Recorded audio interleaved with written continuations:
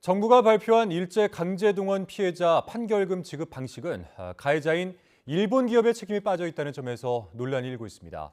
국민의힘 정진석 전 비대위원장은 정부의 제3자 변제 방식이 결국은 문희상 전 국회의장의 아이디어라며 야당의 비판에는 선을 그었는데요. 2019년 발의됐던 당시 법안을 토대로 사실인지 검증해봤습니다. 신호 기자입니다. 외교부는 일제강제동원 피해자 대법원 판결금 지급 해법으로 제3자 변제 방식을 제시했습니다. 판결금 지급 주체는 일본 기업이 아닌 국내 피해자 지원재단 우리 기업입니다. 그리고 일본 기업의 자발적인 기여로 호응해 오기를 기대합니다. 일본 전범 기업의 배상 책임을 묻지 않는 정부 해법에 피해자 단체와 야당은 강력하게 반대하고 있습니다. 그러자 정진석 전 국민의힘 비대위원장은 제3자 변제 방식이 결국 민주당 출신 국회의장이 추진했던 안과 같은 맥락이라는 주장을 펼쳤습니다.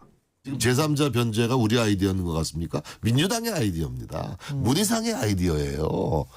그래서 지난 2019년 문희상 의원 대표 발의 법안을 확인해봤습니다. 기금을 조성하는 방식으로 우리나라 또는 일본 기업의 기부금, 한일 양국 국민의 기부금, 정부, 국제기구, 단체 등의 기부금을 명시했습니다. 이번에 정부가 발표한 제3자 변제 방식에는 일본 기업이나 정부, 국민의 기여는 빠져 있다는 점에서 결정적인 차이가 있습니다.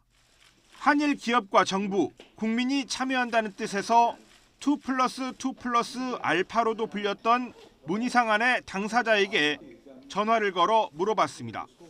문희상 전 국회의장의 첫 마디는 하늘과 땅만큼 차이가 크다였습니다. 지금 정부가 추진하듯 재단 정관을 고치는 방식으로는 안 되고 재단 설립을 위한 법률을 만들어 추진해야 피해자도 국민도 동의할 수 있다고 설명했습니다.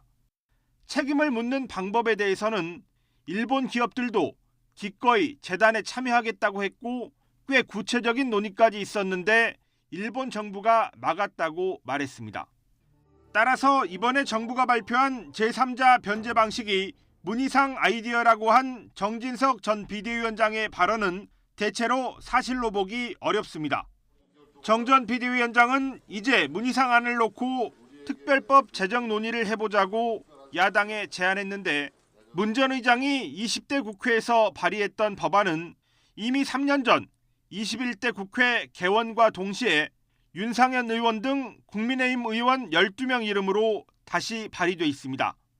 강제동원 희생자 지원 특별법 개정안과 기억, 화해, 미래재단 법안의 제목부터 내용까지 모두 똑같습니다.